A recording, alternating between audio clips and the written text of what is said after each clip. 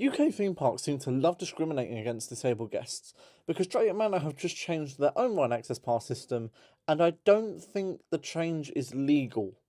This is what's going on. Until recently, with Drayton Manor's ride access pass system, you would collect a band from guest services with the number of people you have, and you would go up to the ride and show the band to ride, and there was no restrictions on how many rides you could do.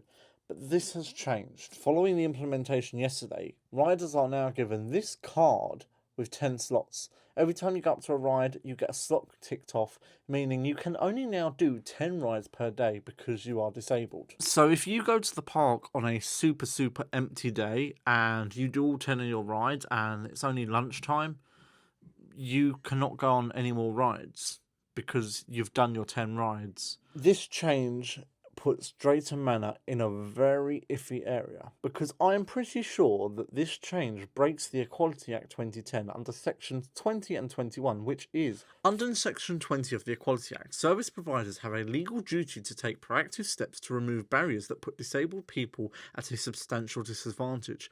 Under section 21, failing to provide a significant adjustment is explicitly defined as a form of unlawful discrimination. So the way our law works is that the ride access pass is the reasonable adjustment, but then putting restrictions onto that means that it is in fact putting disabled guests at a disadvantage, because that means I can only go and do 10 rides, yet Timmy next to me has done 11, but I can't go and do another one because I'm disabled. How is that fair?